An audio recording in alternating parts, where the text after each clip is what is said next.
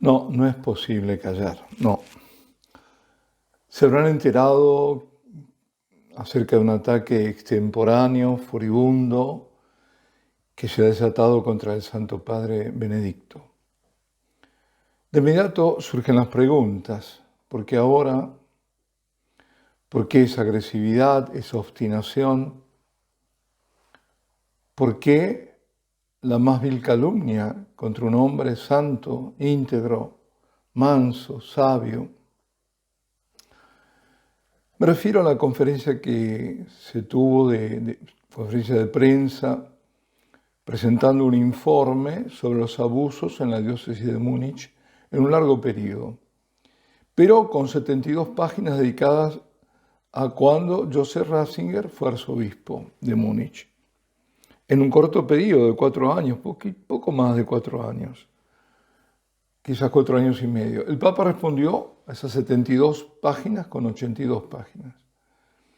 El estudio era sobre abusos sexuales cometidos en la archidiócesis, contemplando, un periodo muy largo, desde el cardenal von Faulhaber hasta el actual Reinhard Marx. Pero el fuego concentrado todo contra Ratzinger.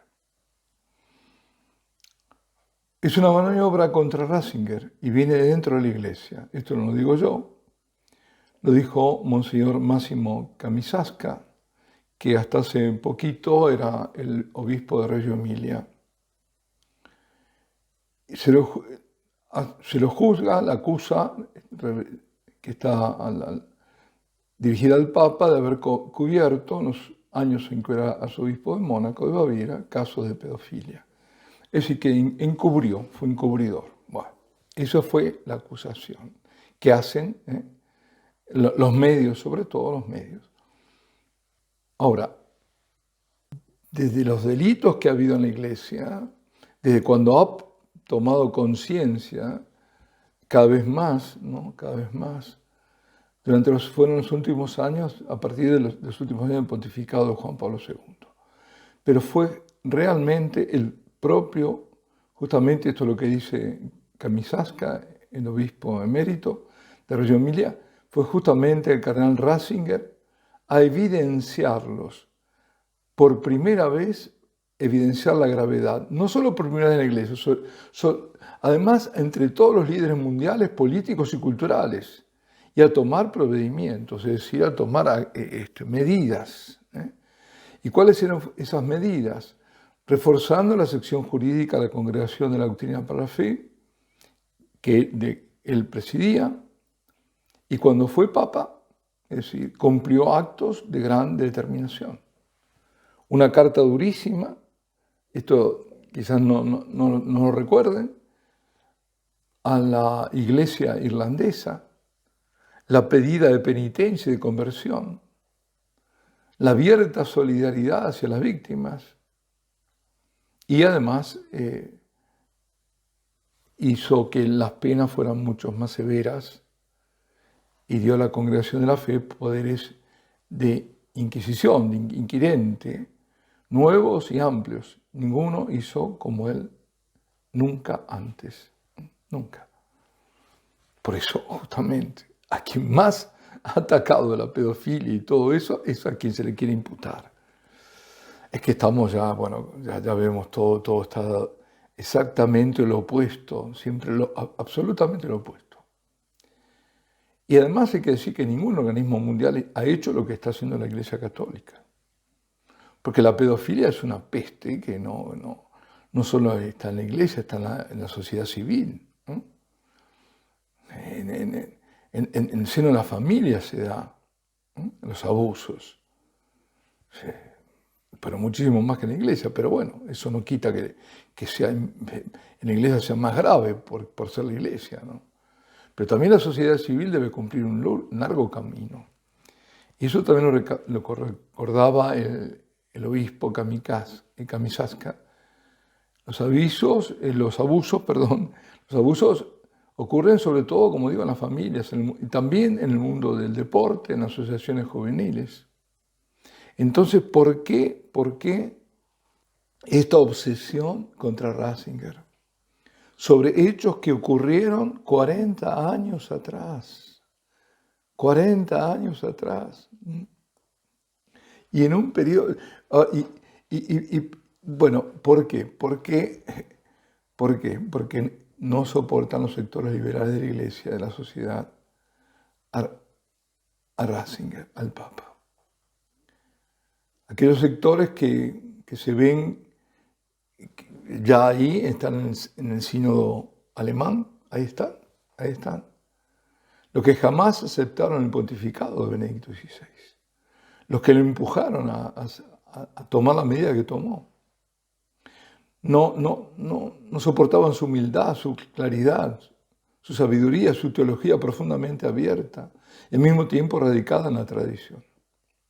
Y la agudeza de la lectura del presente, su batalla contra la reducción de la razón.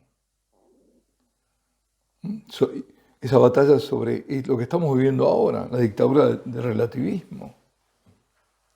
Y sobre todo, además, los valores sociales, el valor social de la fe, sostener la apertura del derecho a un fundamento ético.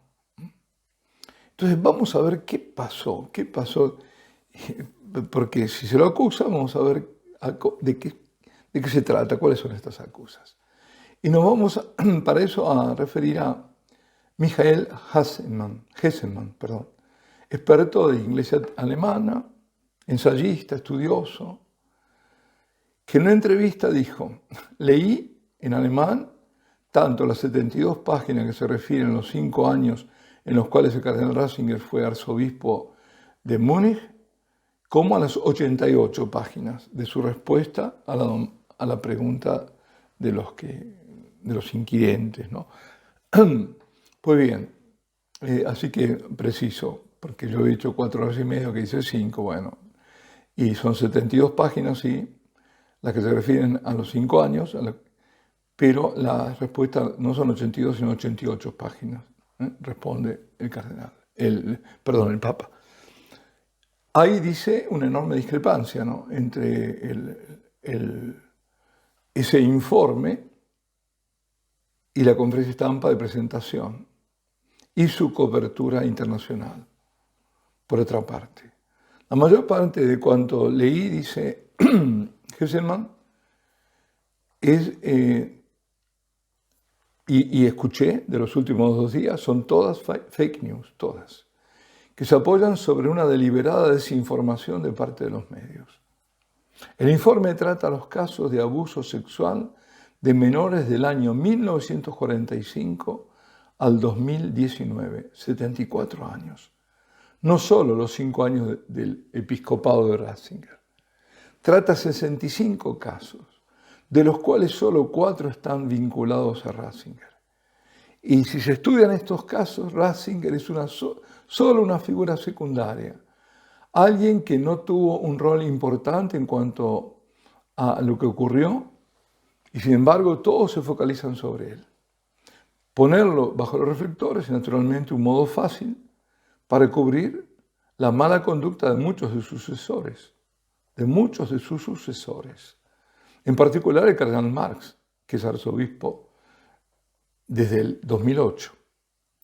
Acerca de estos 4 casos y cómo Ratzinger los trató, el doctor Hessemann explicó que uno queda muy sorprendido al ver que no hay ninguna víctima en ninguno de estos 4 casos, al menos no durante el mandato de Ratzinger como arzobispo.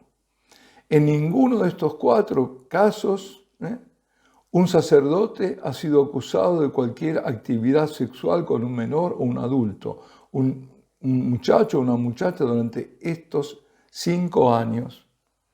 Analizando los casos, Hessemann recordó que en el primer caso, un sacerdote que había sido mandado al exterior después de una mala conducta sexual en el pasado y condenado a una pena, fue autorizado por Ratzinger a volver a su diócesis de origen por la pensión, dado que este sacerdote quería solo irse en pensión, y por lo tanto fue un estado de gracia humano permitirle morir en su país de origen.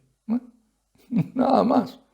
En el segundo caso, un sacerdote de otra diócesis había sido juzgado culpable en su diócesis de proveniencia, que era Essen, de haber molestado niños estando ebrio. Por eso había sido enviado por su obispo a la archidiócesis de Mónaco para un tratamiento psiquiátrico. Estas molestias en Essen habían ocurrido mucho antes del mandato de Ratzinger como arzobispo de Múnich. Ratzinger no había sido informado del motivo de este tratamiento y por lo tanto era ignorante de ello y permitió al sacerdote permanecer en la estructura pastoral del lugar de su tratamiento, donde el párroco local lo empeñó en diversas actividades. En tercer caso, un obispo de otro país le pide al cardenal Ratzinger un permiso para su sobrino, sacerdote, para continuar sus estudios y luego discutir su tesis o defender la tesis en Múnich, cosa que Ratzinger permitió. Lo que no sabía es que el joven sacerdote había sido condenado en su país de origen por mala conducta sexual. Durante sus estudios, aquel sacerdote prestó servicio como capellán en la parroquia de la universidad y fue visto nadar desnudo en el río local, que es el Isar. El último de los 4 casos es un sacerdote que había sacado fotos de jovencitas en trajes de baño y en vestidos estivales, digamos.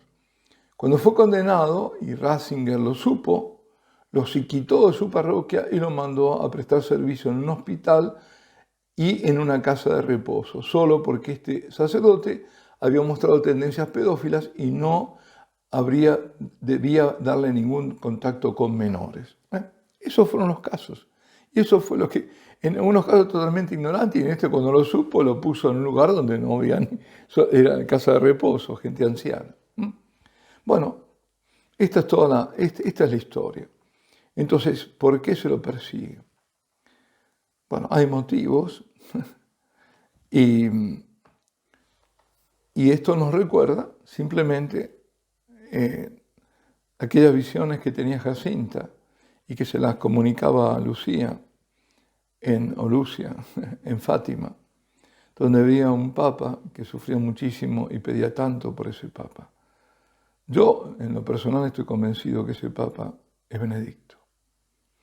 Bueno, esto es para aclarar el tema y para no dejarnos llevar por la mentira, el engaño, la maldad, la obra de Satanás. Alabado sea Jesucristo y Ave María Purísima.